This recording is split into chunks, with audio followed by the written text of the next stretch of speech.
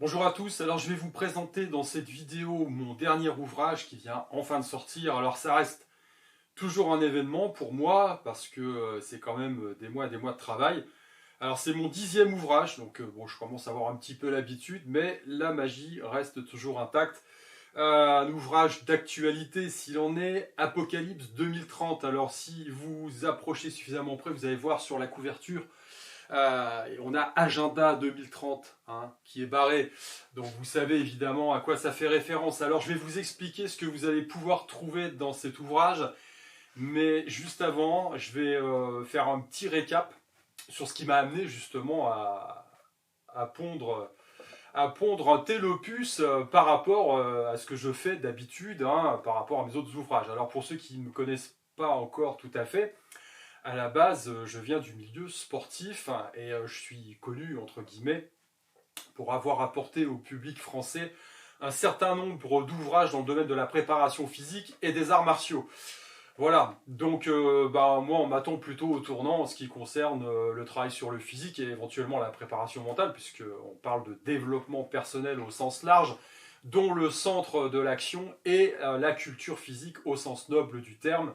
Je vous fais un rapide récap sur les différents ouvrages que j'ai sortis. Ceux qui ont suivi un petit peu mon actualité savent que je suis également éditeur et qu'à la base j'ai apporté en France au public français l'entraînement d'un détenu qui a été un carton incroyable.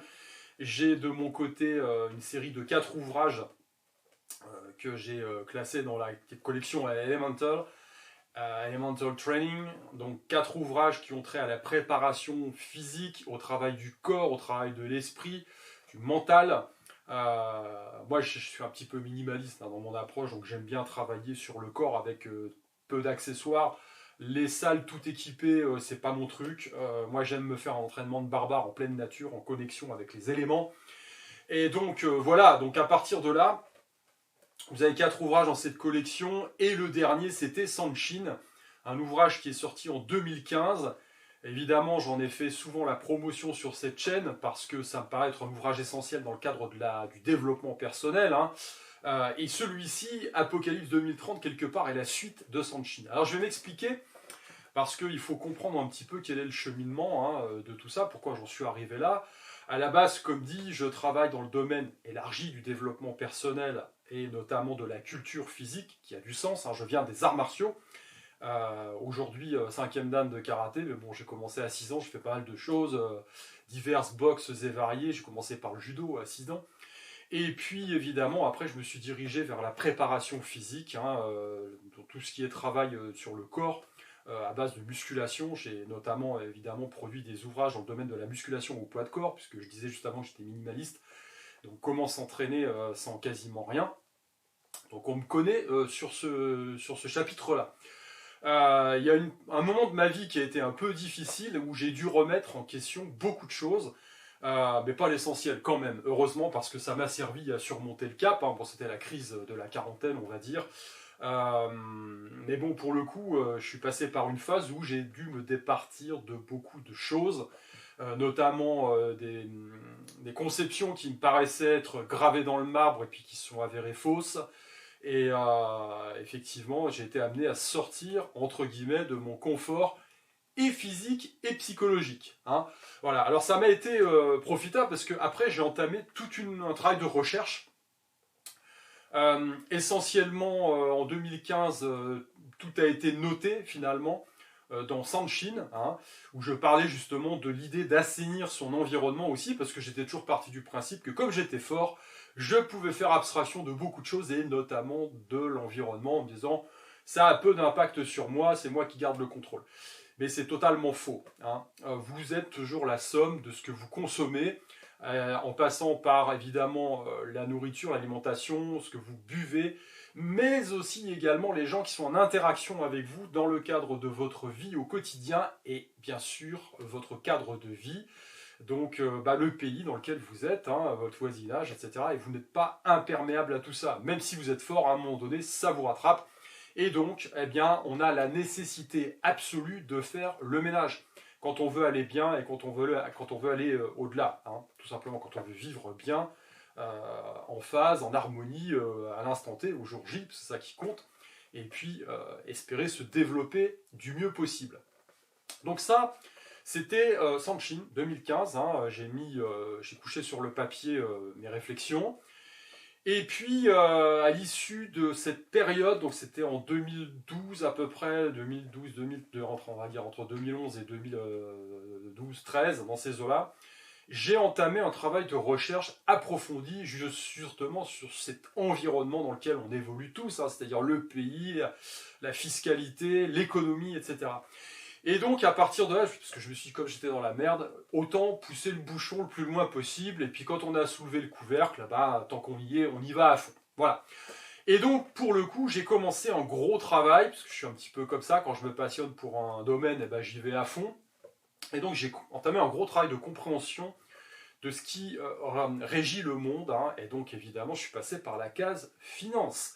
Donc, je me suis intéressé à la bourse, à la finance en général, à l'économie, enfin, à toutes des choses, à la monnaie, qui est le cœur du réacteur nucléaire de l'environnement dans lequel on évolue. Toutes des choses qui, à la base, ne me passionnaient pas du tout, mais j'ai trouvé ça super intéressant. Et donc, aujourd'hui, on est près de 8 ans après, on va dire, hein, j'en sais suffisamment pour pouvoir évidemment pondre un tel ouvrage, parce que tout ça, il y a eu un travail de recherche, mais évidemment derrière ça s'est accompagné d'actions massives. Alors c'est quoi ces actions? Eh bien c'est quand votre vie est chamboulée, vous en profitez pour tout remettre à plat, et puis derrière il y a des actions à mettre en œuvre. Alors donc du coup j'ai tout vendu, hein, vous savez bien sur cette chaîne, ceux qui me suivent, j'ai vendu les biens immobiliers que j'avais, mon entreprise, etc. Et je suis passé dans une stratégie de souplesse, hein, dans la version judo, c'est-à-dire mobile, le plus mobile possible et le plus adaptable possible. Et donc ça, c'était vers, on va dire, 2018, dans ces eaux-là, parce que tout prend du temps, évidemment, hein, vous ne vendez pas une société comme ça, vous ne vendez pas un bien immobilier aussi facilement qu'une voiture, hein. Et donc tout ça prend du temps. On va dire qu'en 2018, j'étais au clair par rapport à tout ça. Et qu'est-ce qui s'est passé juste derrière? Bon, 1 ou 2 ans après, 2020, la crise du coco, le lockdown, etc., etc. Ce qui n'a pas été, évidemment, ça a été une surprise pour tout le monde, moi y compris, évidemment, mais bon, je m'attendais déjà à l'époque à un coup de jarnac, comme on dit, donc c'est pour ça que j'étais passé mobile. Eh bien, m'en a pris, hein, parce que vu mon tempérament, si vous voulez, je me vois mal par rapport à mon parcours, hein, et à ce qui me passionne à la base. J'aurais effectivement, en récupérant un peu de fric, monté une salle de fitness, un dojo, récupéré des élèves, et j'aurais poursuivi, on va dire, mon aventure dans le domaine sportif et du coaching en direct avec ma salle, etc. etc. Mais comme j'étais passé mobile, je n'avais pas de structure en dur. Et bien m'en a pris, parce que, comme dit, avec mon tempérament, j'aurais très mal vécu effectivement qu'un gouvernement me dise non, tu fermes ta salle, déjà tu es non essentiel, donc tu fermes ta bouche, et puis après, quand tu rouvres, bon, on veut bien que tu accueilles des gens, mais déjà il faut que tu passes par la case Vax, et ensuite il faut que tu leur imposes le masque et toutes ces conneries-là. Voilà. Donc en termes de liberté individuelle, ça m'aurait posé un grave problème. Donc, fort heureusement, j'ai pas eu à faire tout ça, parce que je suis passé entre les mailles du filet. Voilà. Et donc, par rapport à tout ce qui s'est passé, comme dit, à la base, je n'ai pas vocation à écrire ce type d'ouvrage, hein, Apocalypse 2030, mais avec tout ce qui s'est passé, si vous voulez, par rapport à mon tempérament et par rapport à mon éthique personnelle, je considère que voir une injustice flagrante, manifeste, et puis d'une ampleur assez extraordinaire, se développer et ne pas la dénoncer, eh bien c'est y participer. Et donc je ne peux pas me permettre de laisser passer ce genre de choses. Alors voilà, c'est ma modeste contribution à ce que j'ai analysé, à ce que j'ai étudié, à ce que j'entrevois, et au mouvement que je mets en place moi-même de mon côté, par rapport aux résultats de ces analyses. Donc en clair, grosso modo, ce que j'ai mis en place lors du premier round, hein, pré-2020, qui s'est avéré relativement payant pour moi jusqu'à présent,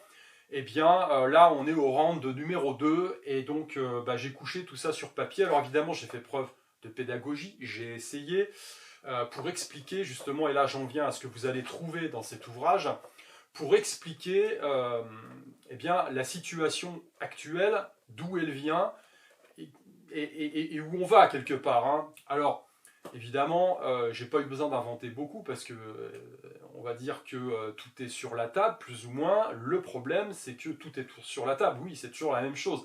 C'est qu'on a tout sous les yeux. Mais pour celui qui veut bien voir, c'est toujours la même chose. Et pour bien voir, bah déjà, il faut sortir la tête du guidon.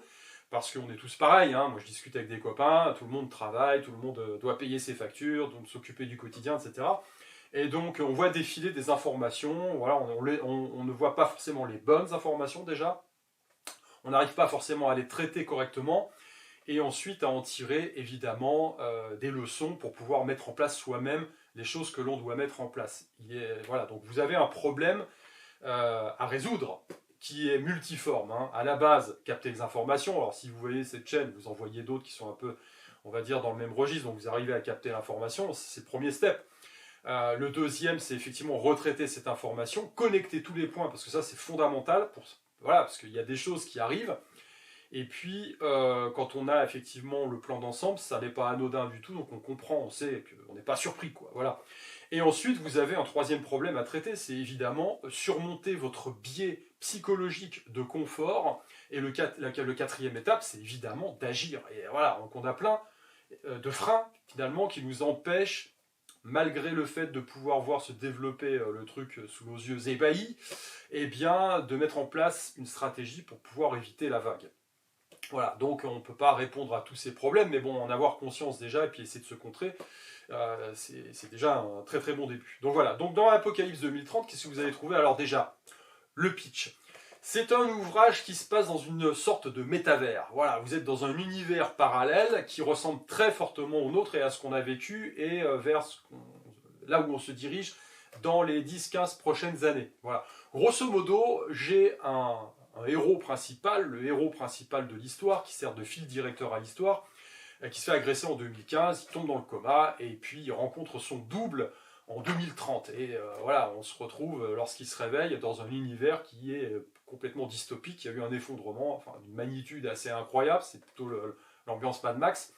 Et puis son double de 2030 lui explique ce qui s'est passé et les choses qu'il faut peut-être mettre en œuvre et en place de son côté pour pouvoir évidemment anticiper tout ce qui va arriver par la suite. Voilà.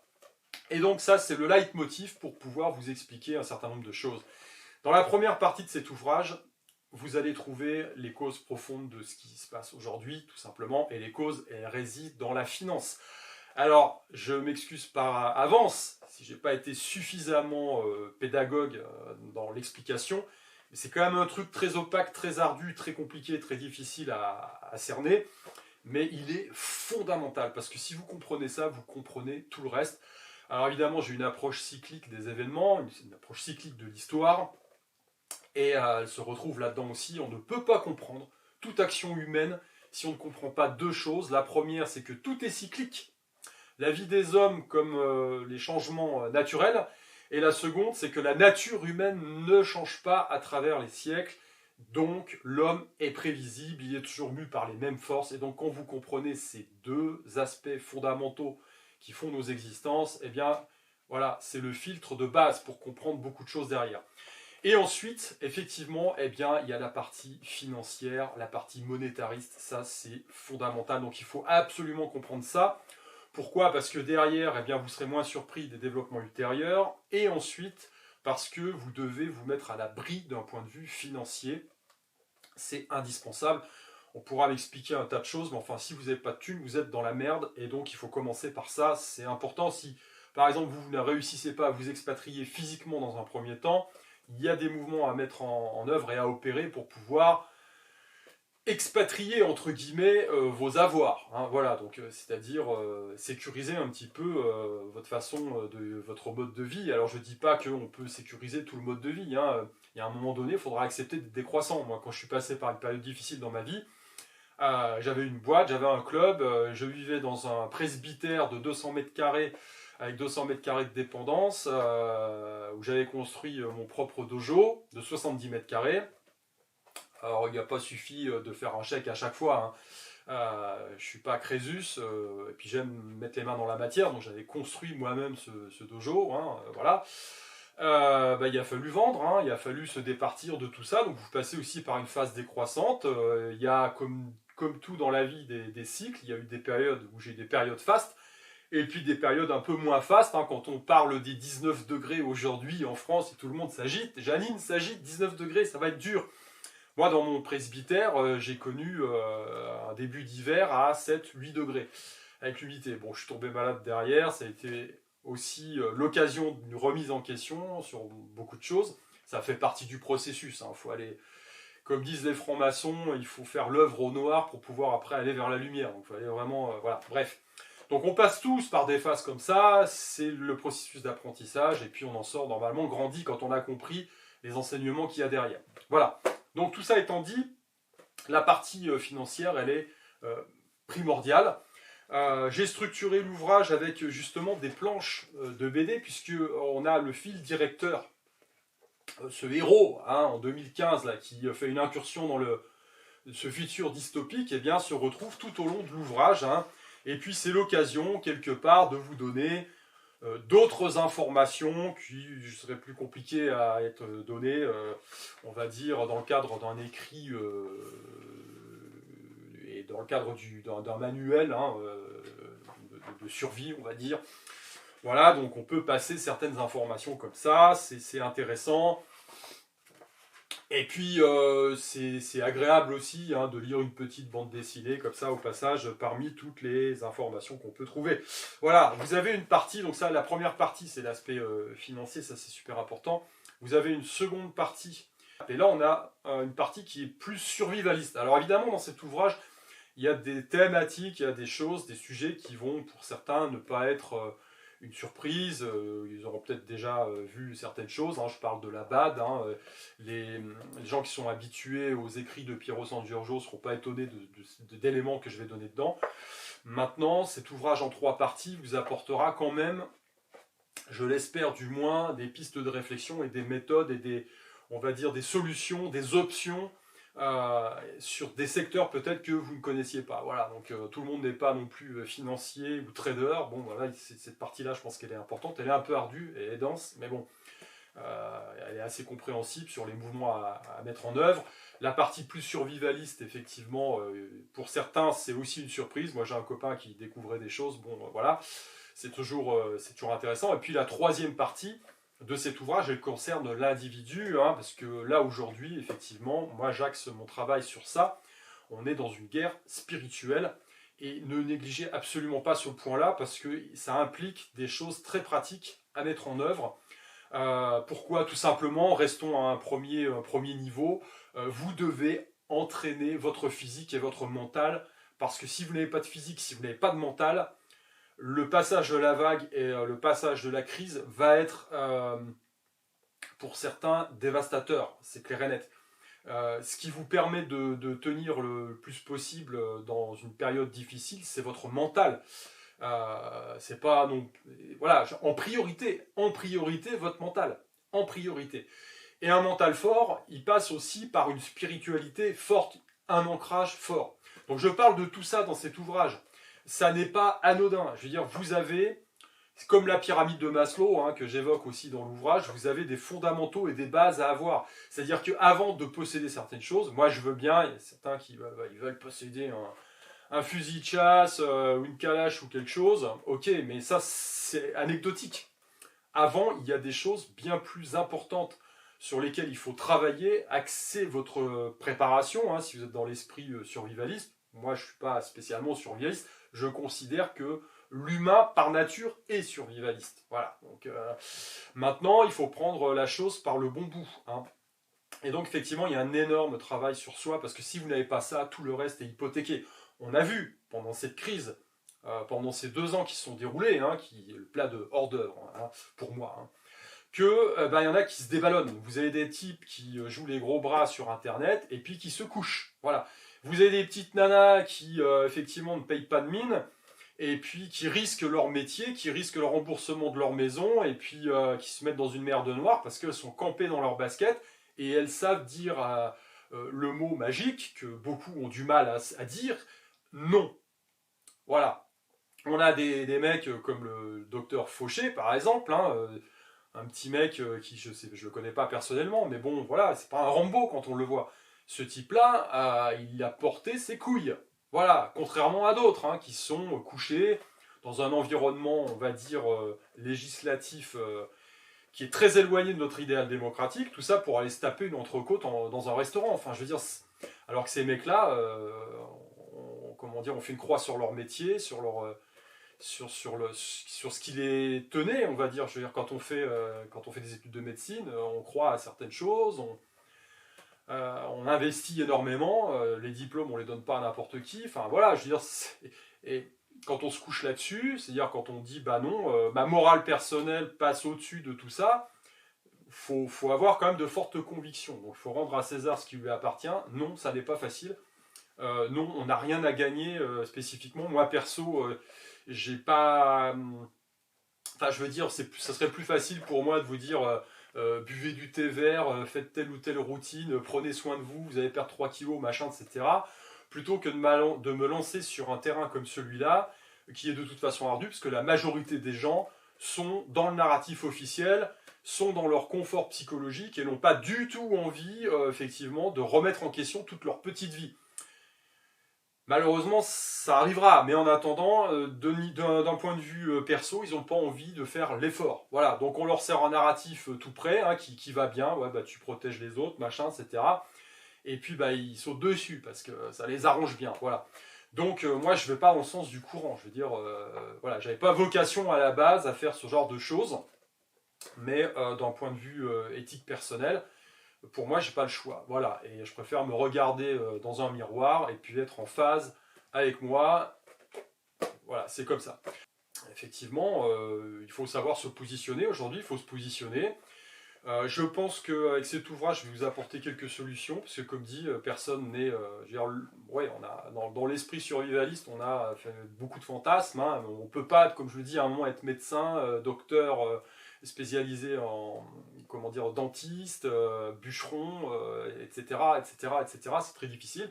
Dans la société traditionnelle, les savoir-faire se regroupaient, et puis l'entraide commune faisait qu'on arrive à s'en sortir.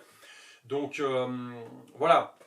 Donc dans cet ouvrage, j'ai quand même balayé, on va dire, un champ assez large, et je pense que si vous êtes survivaliste, vous apprendrez des choses peut-être au niveau de la finance, et puis si vous étiez plus, on va dire, matérialiste, peut-être que la dimension à la fois spirituelle, mentale, physique, vous sera utile, très utile, et j'espère vraiment qu'un maximum de gens prendront le problème par le bon bout, parce que c'est ça qui est important.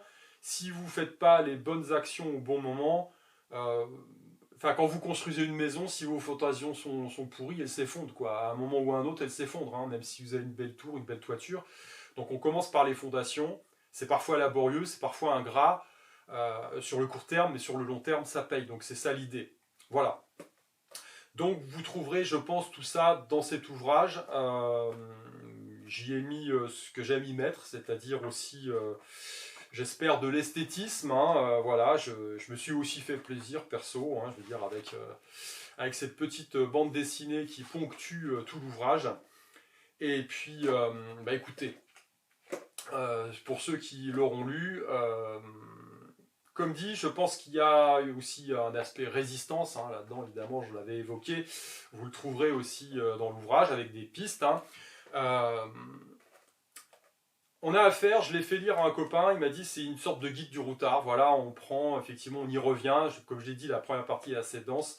Vous allez prendre l'ouvrage, vous allez puiser des choses, vous allez y revenir peut-être pour avoir plus de précision sur certains thèmes, parce qu'il y a assez de densité. Hein. C'est un ouvrage qui fait un peu plus de 200 pages, ce qui est pour moi pas beaucoup par rapport à ce que je produis d'habitude, mais j'ai essayé de simplifier, mais il y a quand même, notamment la première partie, est assez dense. Voilà, j'aime autant vous prévenir.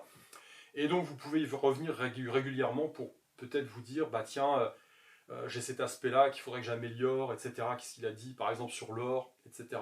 Vous allez trouver vraiment, je pense, des tuyaux intéressants qui devraient vous permettre de passer la vague. Et donc dans la partie résistance, il y a un truc qui est très important, c'est, entre guillemets, occuper le terrain politique. Alors à la base, je suis pas un homme politique, je m'en bats les rouleaux. Voilà, j'ai juste des grands principes. Je suis plutôt libertarien, moi. Voilà, j'ai cette notion de liberté individuelle, et puis surtout, euh, d'un point de vue spirituel, je crois à notre, comment dire, notre passage sur Terre comme un grand moment où on apprend, hein, voilà, et on s'élève, tout simplement. Et je considère qu'on ne peut pas faire tout ça dans un environnement communiste. Euh, voilà, alors, comme je suis historien de formation, je suis quand même bien placé pour le savoir. Hein, le communisme, à chaque fois, ça n'a apporté que des morts, de la misère, de la famine. Donc c'est pas possible. Donc on ne peut pas de toute façon s'épanouir dans un tel environnement. Voilà. Et donc dans la partie résistance, il faut occuper le terrain politique, c'est-à-dire qu'il faut porter la bonne parole, et c'est exactement ce que je fais avec cet ouvrage. Je me mouille entre guillemets pour pouvoir me positionner en disant non, je ne suis pas d'accord avec ce qui se passe. Je donne des pistes justement pour pouvoir se libérer de ça. Et ça passe par la transmission de la bonne parole. Donc n'hésitez pas à l'offrir cet ouvrage, n'hésitez pas à en parler, n'hésitez pas à en faire la promotion. Hein. Je ne vous demande jamais rien. Ouais, là, j'espère que vous arriverez à utiliser, on va dire, ce support, qui est une sorte de support pédagogique, pour en faire la promo autour de vous, afin qu'il y ait un maximum de gens qui soient au courant de ce qui se passe, un maximum de gens qui prennent enfin conscience qu'il y a quand même un truc qui tourne pas rond, que ça pue, et que même si c'est ceux du troisième sous-sol qui sont touchés, l'eau commence à monter à leur niveau, qu'il va peut-être falloir faire quelque chose, et que l'union fait la force. Et donc le fait d'occuper politiquement le terrain, c'est ça aussi, c'est arriver à agglomérer un maximum de gens autour de soi pour revenir vers des valeurs qui sont fondamentales pour moi, pour vous sans doute, hein, qui sont des valeurs de liberté, d'épanouissement personnel. Moi personnellement, j'ai des gamins, j'ai déjà voilà, fait une bonne partie de ma vie, j'ai exploré plein de choses, j'ai eu plein d'expériences, j'en aurais peut-être d'autres encore à faire, mais j'ai déjà fait beaucoup de choses. Moi, je pense à mes mômes derrière, j'ai pas envie de leur laisser le monde que ces enflures, parce qu'on peut pas appeler ça autrement, sont en train de leur tricoter. Voilà. Moi, le transhumanisme, ça m'intéresse absolument pas. J'ai pas envie que ce soit des esclaves. J'ai pas envie que ce soit des esclaves décérébrés, connectés en permanence, avec des puces partout, qui ne soient pas du tout dans un environnement libre et épanouissant. J'ai pas envie de ça. Pour ma descendance, voilà. Donc, je me positionne aujourd'hui. Et donc, il faut, vous, de votre côté, vous fassiez exactement pareil. Ça prend du temps, mais une personne que vous touchez peut en toucher une, deux ou trois de son côté. Et petit à petit, on arrive à un effet de masse, chacun dans son coin, quelle que soit son audience, qui fait que, eh bien, on peut faire basculer en notre faveur la machine. Et c'est quand même ça l'idée. Voilà. Donc vous pouvez trouver cet ouvrage sur Amazon. Voilà. Tout simplement au format livre papier. Il est vraiment sympa. C'est la première fois que je travaille avec eux comme ça. Ou au format numérique, hein, si vous voulez. C'est possible aussi. Et puis, écoutez, hein, je vous souhaite bonne lecture. Allez, je vous dis à plus.